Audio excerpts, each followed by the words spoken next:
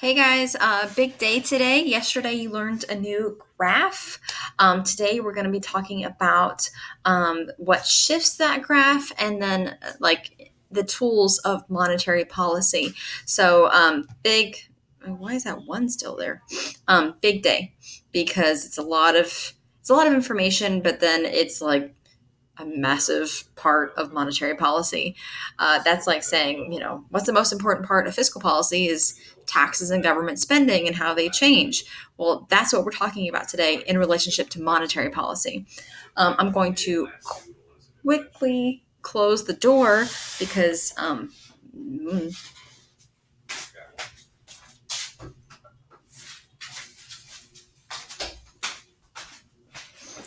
I'm back. Okay, so let's talk about monetary policy. Let's graph that money market graph from yesterday. Do you remember what was on the y-axis of money market? It was nominal interest rates. And then quantity of money. Do you remember what the graph looked like?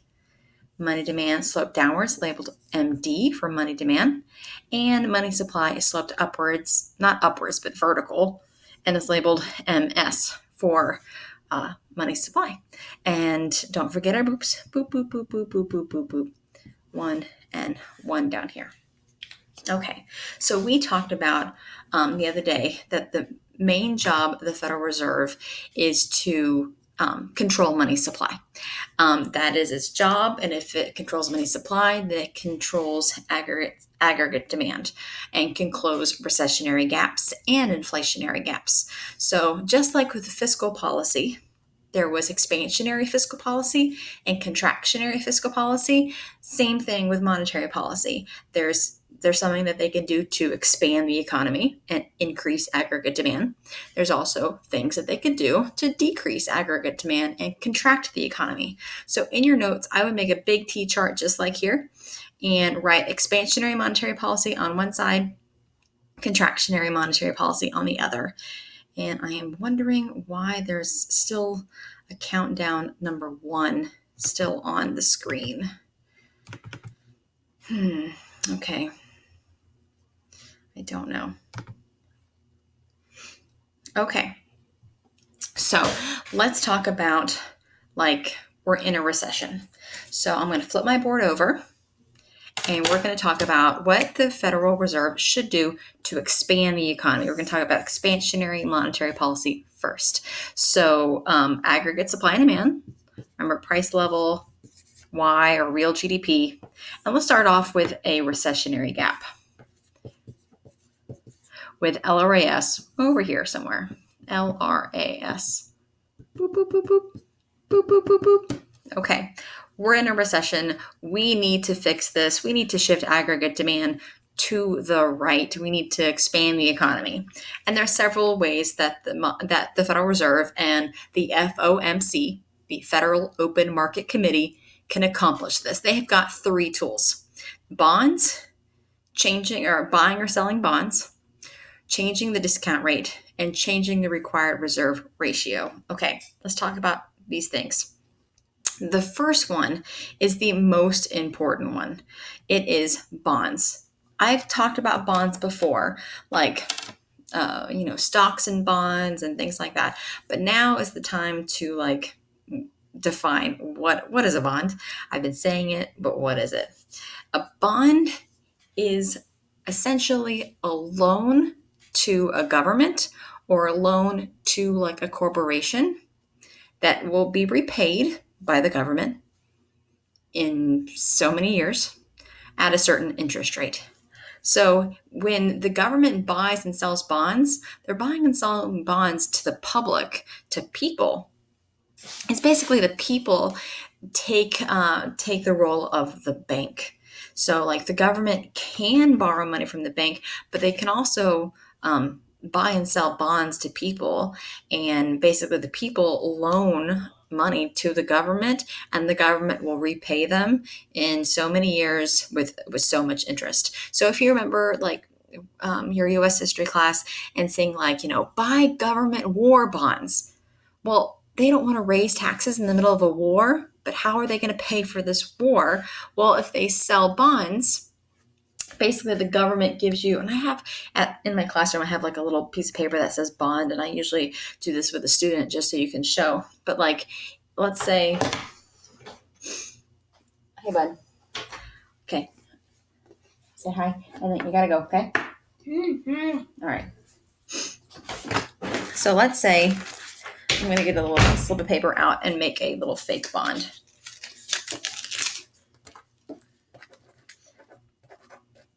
Bond. Here's my bond. Ooh, can you see it? It says bond. All right. So I take this bond. I'm the government, and I am going to sell this. And it's basically an IOU. It says like, hey, I owe you $10,000 or something, and I'll pay you back in 30 years. So the government then sells this piece of paper to like a person in the public, and they're like, hey, this slip of paper says that I owe you money in 30 years. And so like, why would a consumer buy this? Why would just a regular person buy a bond?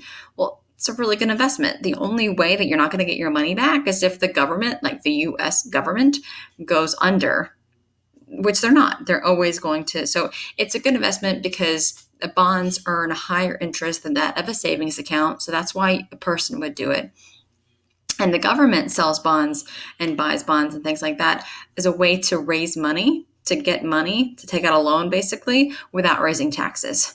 So it's a financial investment for people, but it's a way to collect money without raising taxes for the government. It's a win-win.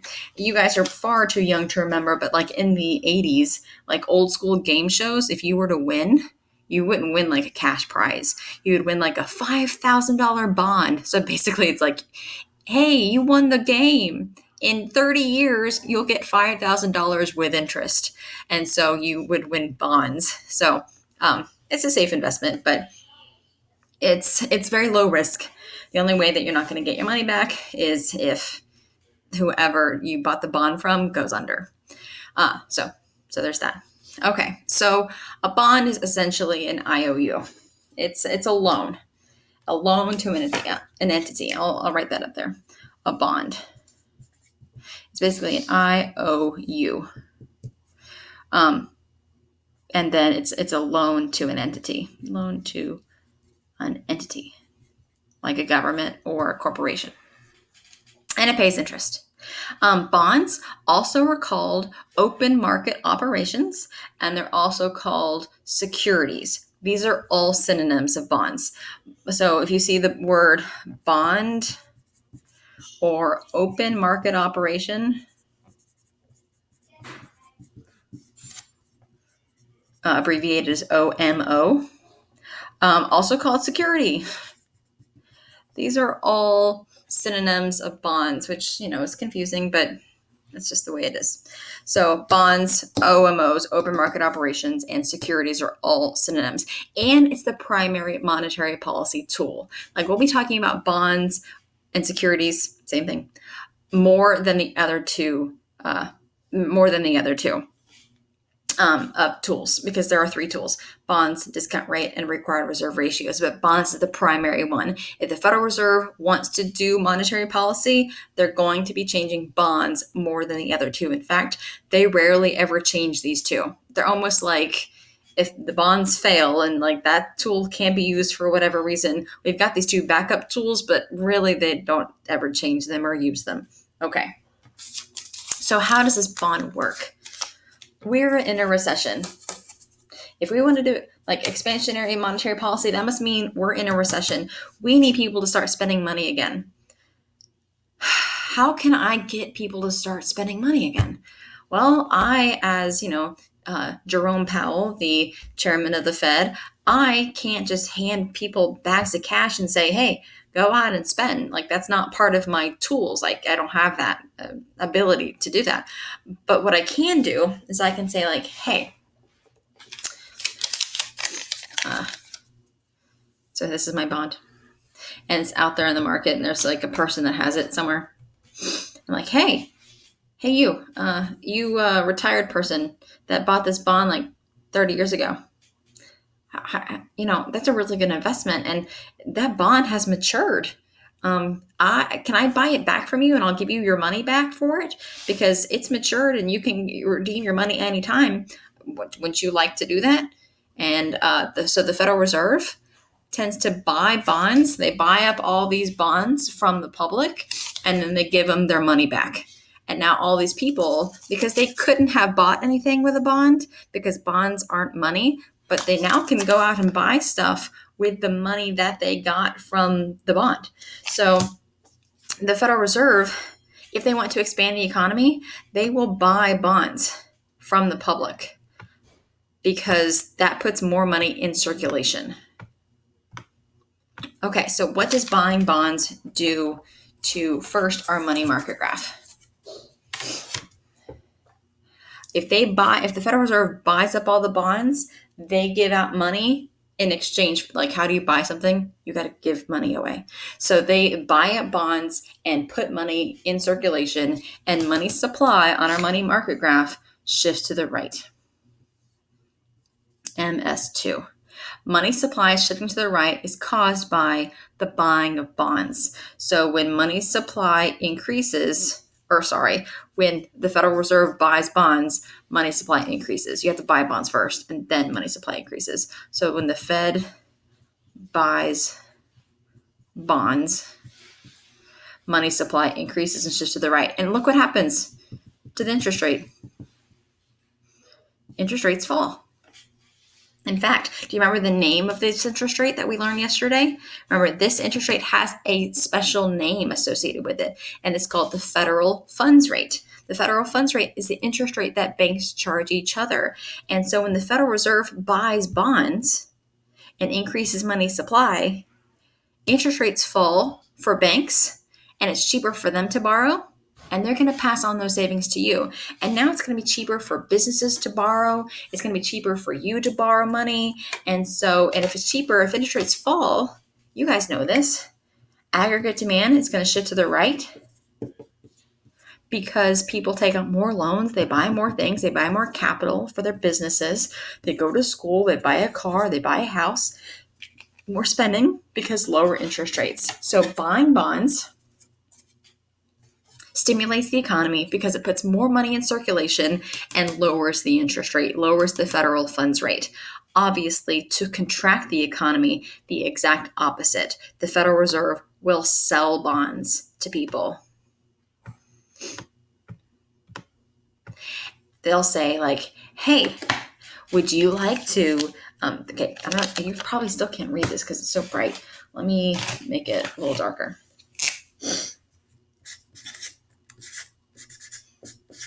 Bond. There, that's you can see that better. Hey, you support our troops, you like America, you want a really good, safe financial investment, and people are like, yeah, that's pretty good, I like that. And so the Federal Reserve will sell bonds to people. Of course, when you sell the bond, you collect money, and then there's less money in circulation because everyone has bonds, and bonds aren't money. So basically, they take out money from circulation by selling all these bonds to people who then have to give up their money to buy them. And so when the Federal Reserve sells bonds, money supply shifts to the left. Money supply, let's say 3. And so when the Fed sells bonds, money supply decreases. And look what happens to the interest rate. Boop, boop, boop, boop, boop. Interest rates go up. It's now cost more to take out a loan.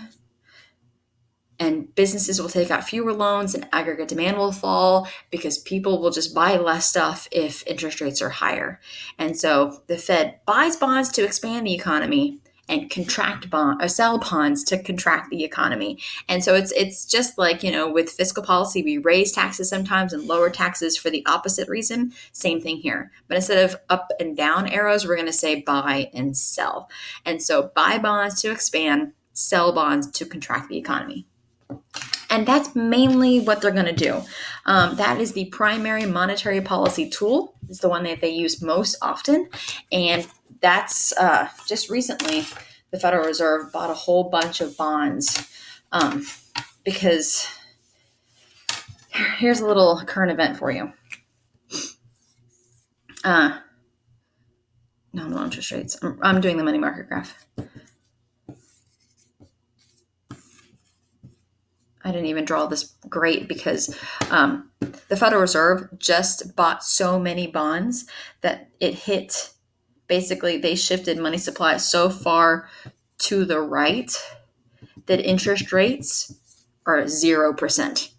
It's the first time they've been at 0% ever in the history of the Federal Reserve, which is over 100 years old. Here's the thing though. What if the economy got worse? What if the stock market crashed even further? What if unemployment rates go up, like they're going to? Because if everyone stays home for the next few months, businesses are going to go under. They're going to go under. They're saying we're looking at unemployment rates being 15, 20, 25%. I saw a report that said 50% of America's jobs are in jeopardy. 50%. I can't even fathom that. We're talking about Great Depression levels. It's going to get bad. It's going to get worse before it gets better. And here's the thing. If we're in a recession, shouldn't we have expansionary monetary policy? Yeah. We should buy bonds, which lowers the interest rate. What's lower than 0? Negative? Have negative interest? How would that even work? How would that even work? There are some countries that have screwed themselves so badly because like what we're doing right now, we have shot all of our bullets. We have shot all of our bullets at a recession when we're not even in a recession.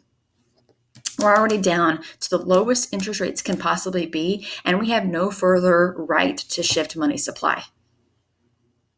If we have negative interest rates like some countries have, that means you have to, like, your savings account will start charging you.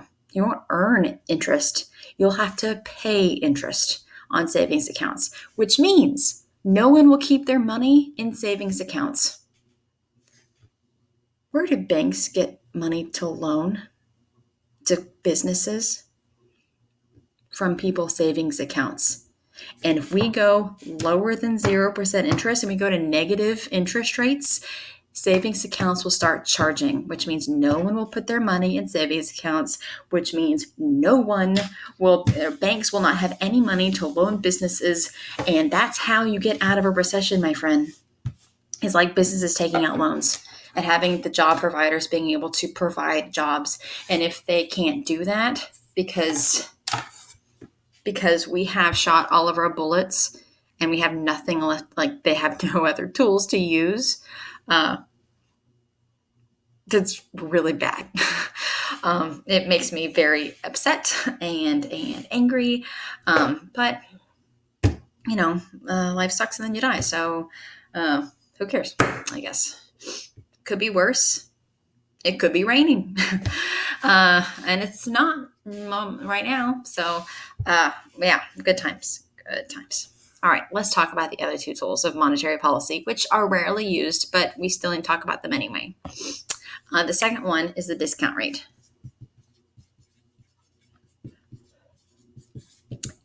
The discount rate is the name of the interest rate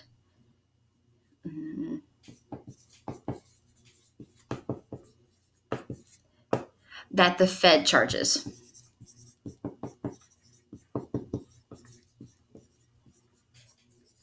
For loans. Majority of banks do not take out loans from the Fed. They will take out loans from other banks, and they'll use that federal funds rate that we talked about yesterday. Remember? The federal funds rate is the interest rate that banks charge each other. That's the one that's used. That's the interest rate that really, really matters. This one doesn't matter too much because banks rarely take out loans from the Fed because the Fed is the lender of last resort.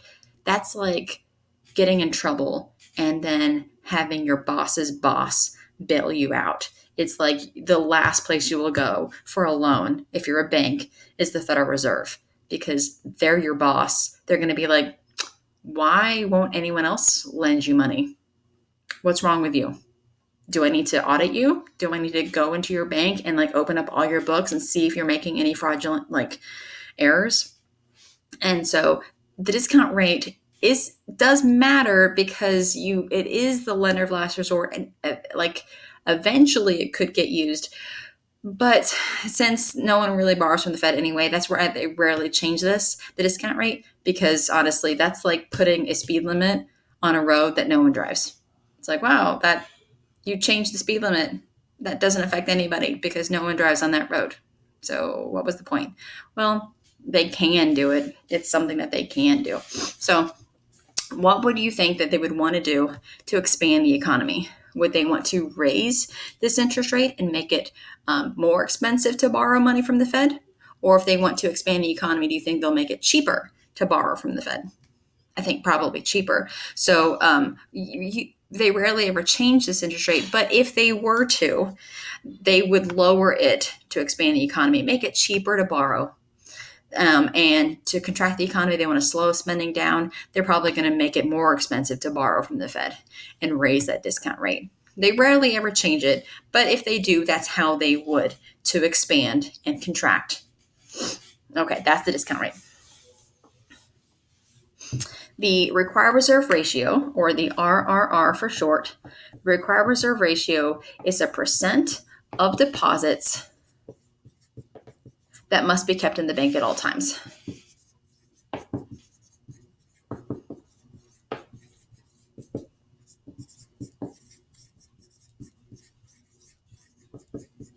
Is the percentage of deposits that must be kept in the bank at all times. So it cannot be loaned out. Can't be loaned. The rest of your deposits can be loaned out, but there is a certain percentage, let's say 10%.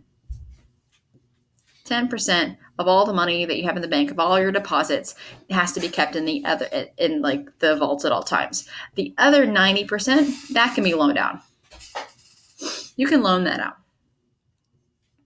Okay, so let's say I want to expand the economy. Let's say we're in a recession. Should I keep more money in the bank or less money in the bank at all times? Keep in mind that whatever's left over, I can loan out to customers and to people that, want to start up a business and go to college and, buy a house and a car and things like that. So in a recession, I want people to spend more money. I want people to spend more. So I should keep a smaller number of our deposits in the bank and loan out a big chunk. So the required reserve ratio in a bank is like how much money I should keep in. Well, if I want to expand the economy, I should keep in less money in the bank. That frees up more to be loaned out. Of course, if there's too much spending and we are in a period of inflation, I probably want to keep more money in the bank and loan less out because there's too much spending to begin with. So I should have less freed up for consumers and more in the bank. So this, the required reserve ratio, we're actually going to talk more on Monday. This is kind of a thing that it's a tool that's rarely used, but this RRR, this required reserve ratio, does apply to this other concept we're going to be talking about on Monday. So these are the tools of monetary policy. The only one that shifts money supply, though, are bonds and buying and selling bonds. And so let's just recap on our money market graph. And I used to have a saying to help people remember, like buying and selling bonds on the money market graph and what that would do. Of course, it kind of is insensitive right now, but I'll do it anyway. So this is our money market graph. Money supply has only one shifter. That's it. It's the buying and selling of bonds. Because remember, the discount rate doesn't really change anyone's loaning because people don't really borrow from the Fed. And the required reserve ratio, they haven't touched that sucker in decades. So they're not really changing it all that much in real life. So the only thing that really changes it is the buying and selling of bonds. Remember, bonds are also called open market operations or securities. Those are all synonyms. And I could either increase or decrease money supply.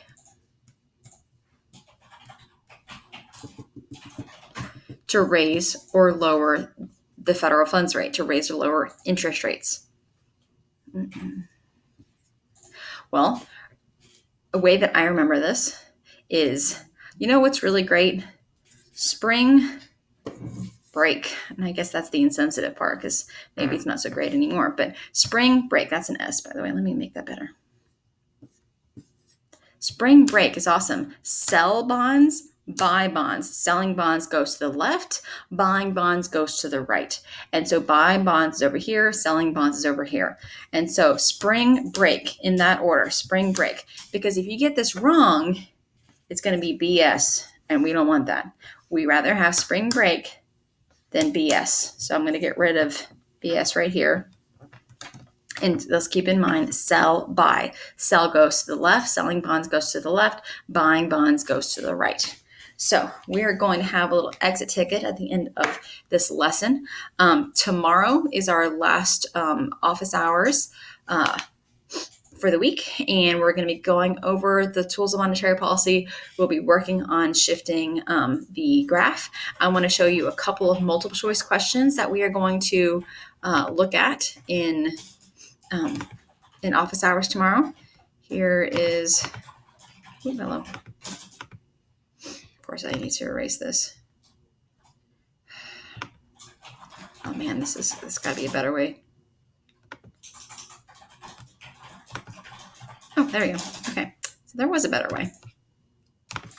Let me get to the first one that I want. Okay, yeah. So this, all the following are ways the Federal Reserve can change money supply except. So I'm going to take a picture of these things just so I remember which ones to go over in our office hours tomorrow.